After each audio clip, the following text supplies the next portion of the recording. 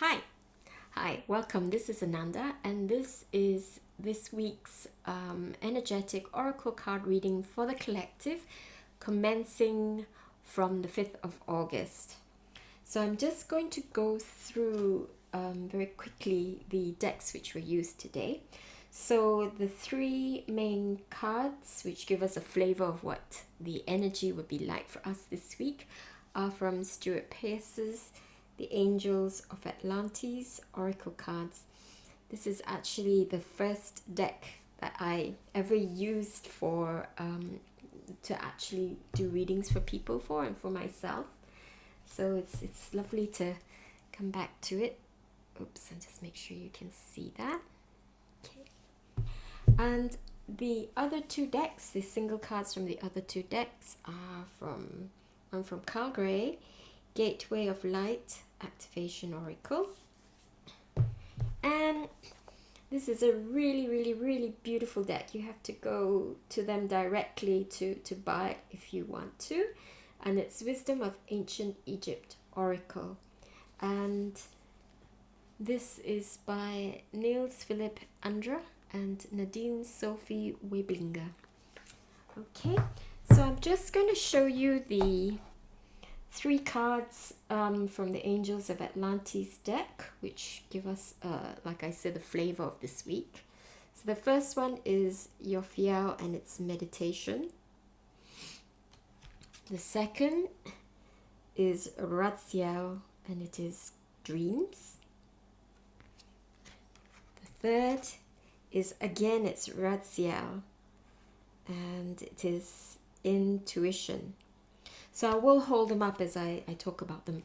So the first one is, I'll try to get them right because the sun is a little bit peculiar today. Okay, there you are, Yophiel. And as you see, there is a beautiful sort of yellow orange orb and lots of stars, and it's a statue of the Buddha, and it is meditation.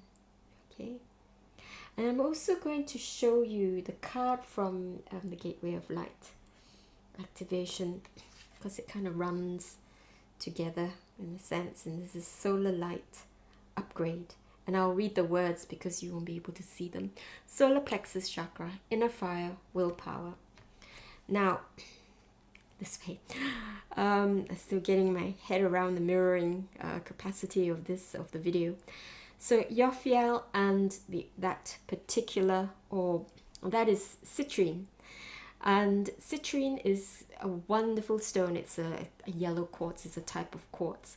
And it's a stone of joy, it's a stone of abundance. But if we look at the color and its relation to our chakras, it would be about the solar plexus chakra, which according to a lot of systems, it's yellow. And meditation. Why does this come up for us this week? Today is the start of the Mercury retrograde, and if you are into astrology, generally this period affects communication, it affects technology, it affects our computers, and it affects the mobile networks, electricity, but very much it also affects our communication, interrelationships. Okay, and it just feels that with these cards and with the three cards as well. I mean, you have dreams, and intuition. The three running together.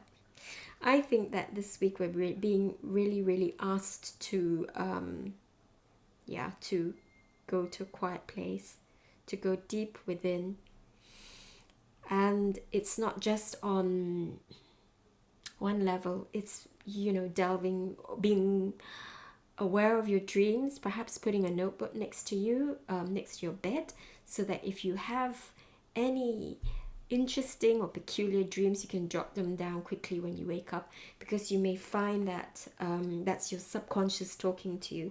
So all of the three: meditation, dreams, intuition. So meditation is a means of going deep within, of accessing your subconscious. Some people would say the inner wise person.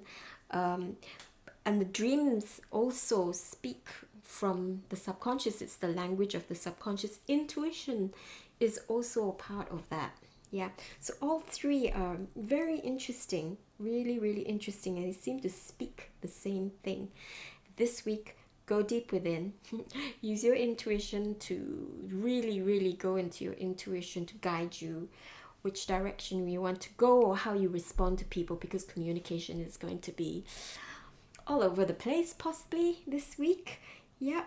And Mercury retrograde is brilliant at, some people say it's a bane, but it's really, really brilliant. It helps us to go over stuff, revisit things. So you may have people that you haven't spoken to for a long time, they suddenly pop up over the next few weeks. Yeah.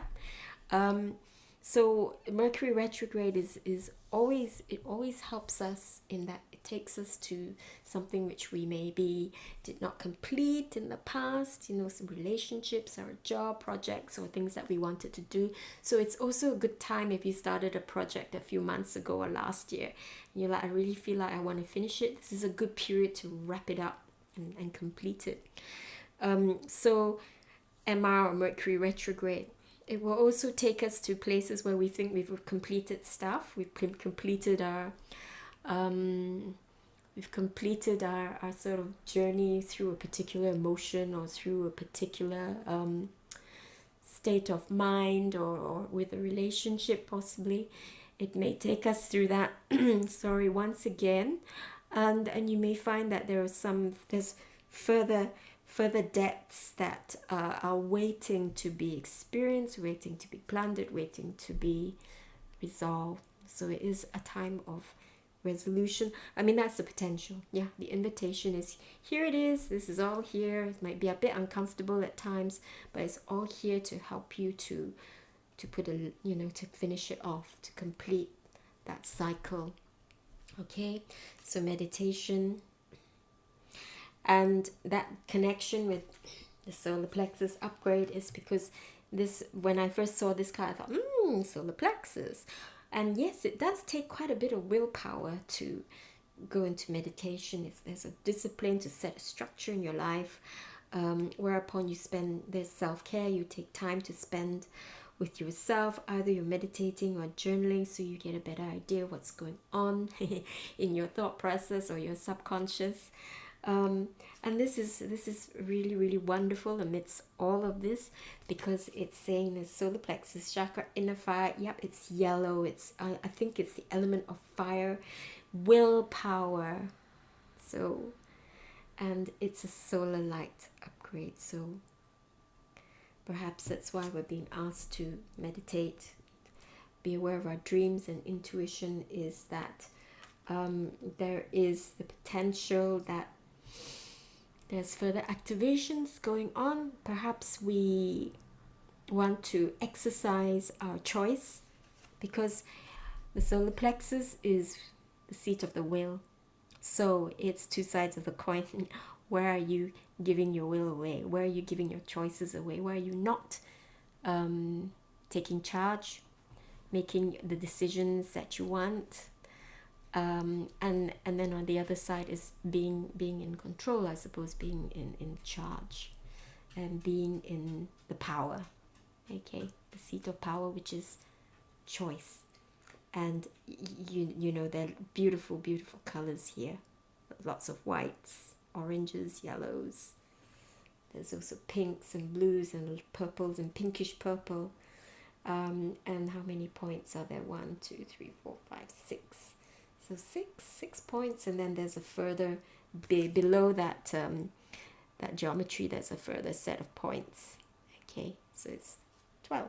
So perhaps there's also the invitation for all your chakras, including the transpersonal ones. And people say that they're 12 altogether, and in our energy field as well. And perhaps there is a potential for all that to occur as well.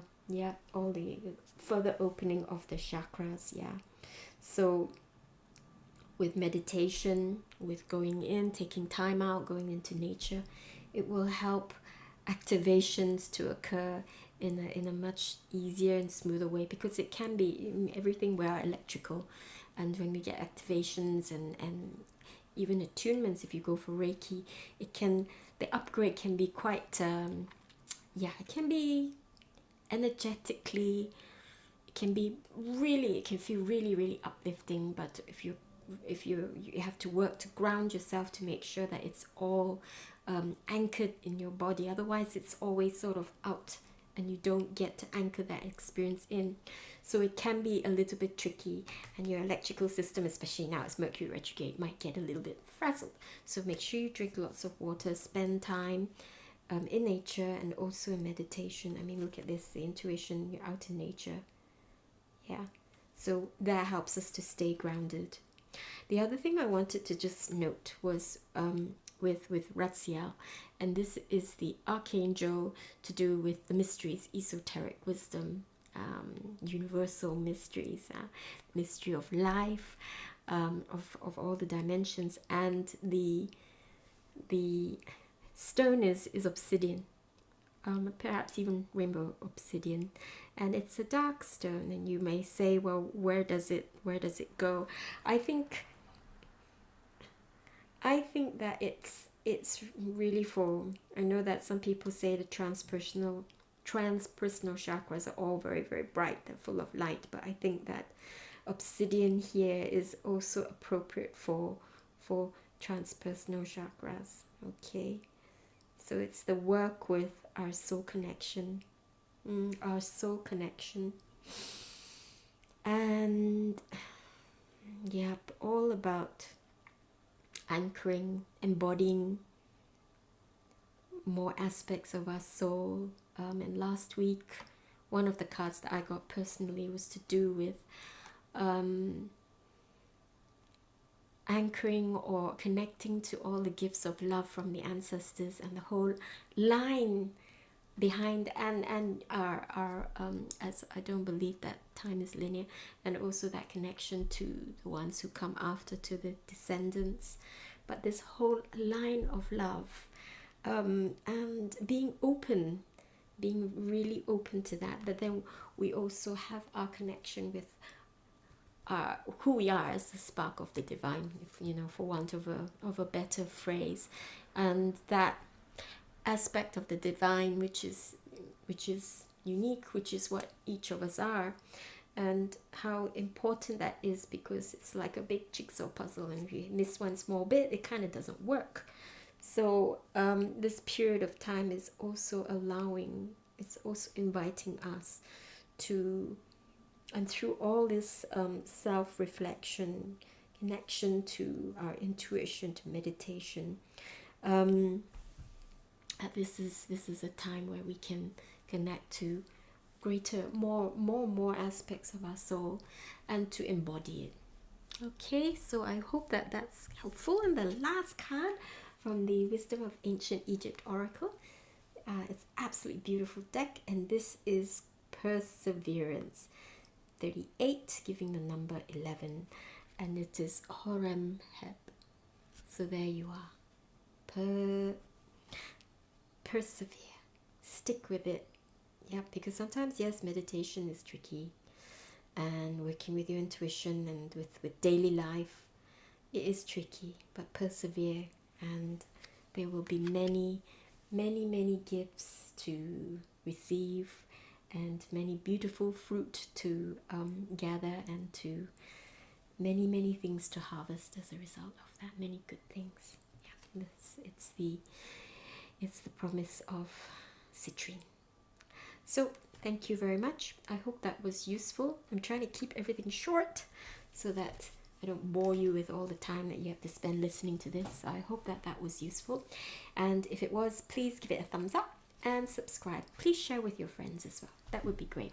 Thank you. Have an absolutely beautiful and loving and amazing week. Bye for now.